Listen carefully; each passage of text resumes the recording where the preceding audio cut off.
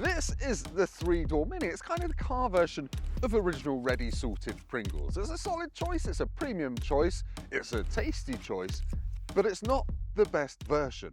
That would be Texas barbecue Pringles, which is the crisp version of the Mini 5-door. It's just got a bit more about it. And in this video, we're going to find out if you should get the slightly swoopier 3-door Mini or the slightly more practical Mini 5-door. Let's get going before I eat all of these.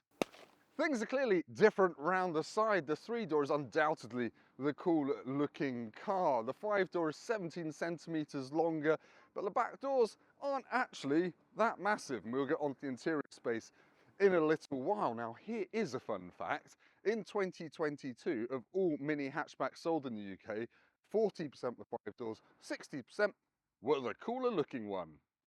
This version of the Mini came out way back in 2014, which does mean it's officially old enough to spend all of your money on Fortnite and Roblox currencies, whatever they are. But it has had 2 facelifts in that time, and the newest version has swapped all the chrome you see on this version for black bits. It's kind of got like a Craig David goatee.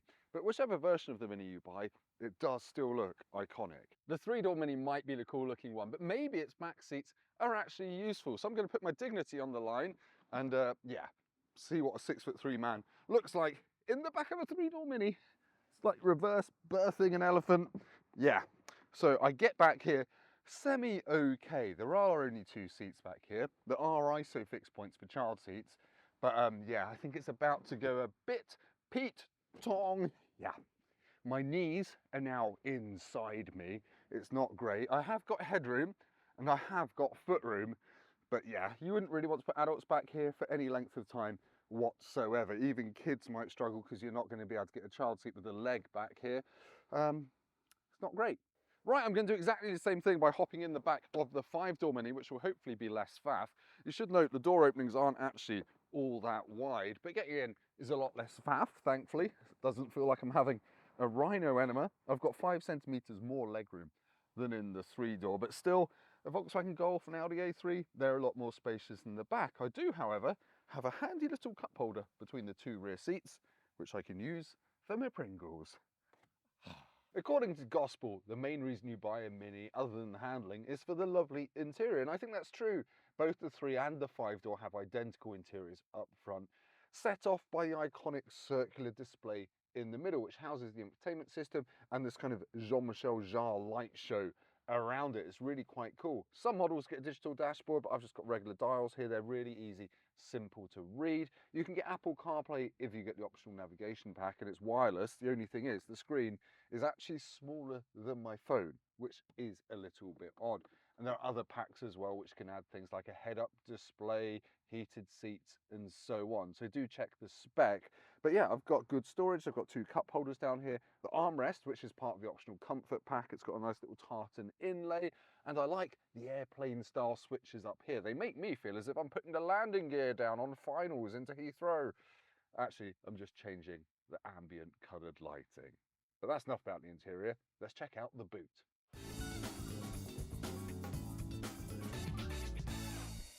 Unsurprisingly, the 3-door Mini's Big Boot Challenge was about as successful as my hair growth strategy. It's only got a 211 litre boot, which is 80 litres smaller than a Ford Fiesta. So let's see what we can actually get in.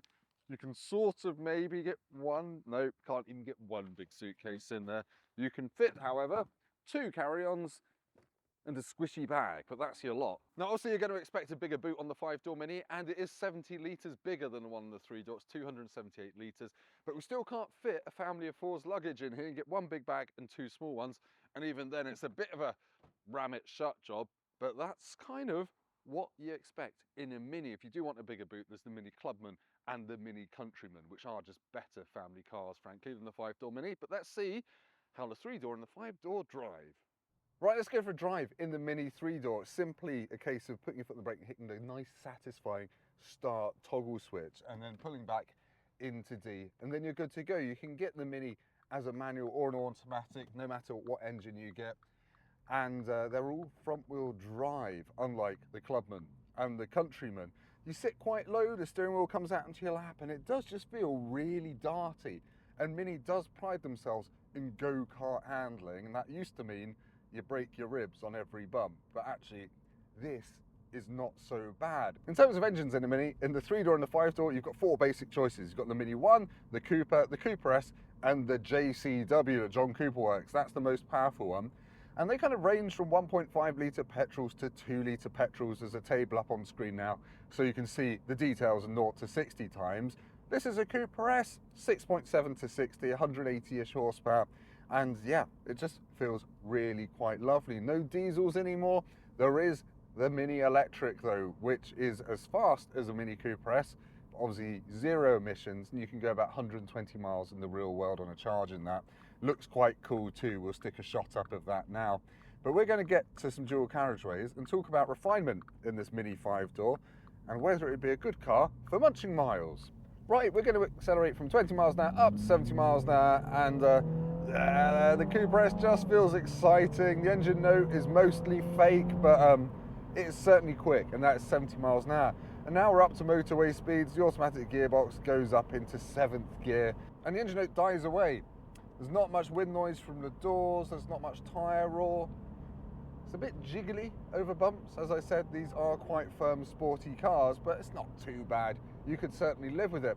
In terms of fuel economy, in this Cooper S, I've been averaging 40 mpg, which isn't bad considering this is basically a hot hatch.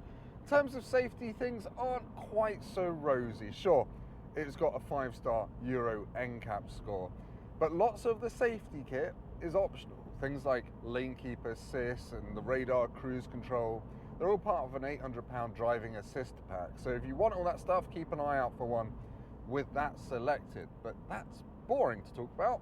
What's more fun is to take a Mini down a country road, and that's what we're going to do next. Right, I'm on my twisty country road now in the Mini Cooper S, and I can put it into sport mode to sharpen up the throttle response and makes a little bit more noise. And it does feel a lot of fun. Like Mini says that it feels like a go-kart. It is very direct. The steering, the second you turn it into a corner, the nose darts in and it gives you loads of confidence. The steering's quite weighty as well, and it feels like you've got a ton of grip. What it isn't is kind of playful in a way that a Ford Fiesta ST is. So in a Ford Fiesta, you go around to a corner and it's hopping and skipping. This just kind of is quite flat through the corners, but it's still really engaging and it still feels special. And Mini, even a regular Cooper or a Mini 1, they've all got that same feeling. It's their DNA of putting a smile on your face. And I really like that, which does make this one of the more entertaining small cars you can buy. But anyway, let's go back to Motorpoint for an outro.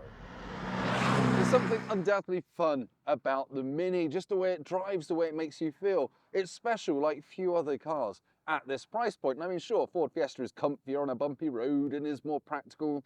Even this 5-door version of the Mini, it's not a great family car, to be honest. And if you do want a small 5-door practical family car, then a Volkswagen Golf is a better option. It's just quite a lot more boring, frankly. So yeah, the Mini is its own special thing. Chances are if you want one, you want one. They're good. Go and buy one. Thank you ever so much for watching. Please hit like if this has been a helpful video, and do subscribe to the Motorpoint YouTube channel because we've got plenty more car reviews coming very soon. I'll see you next time. Goodbye. Handbrake's on.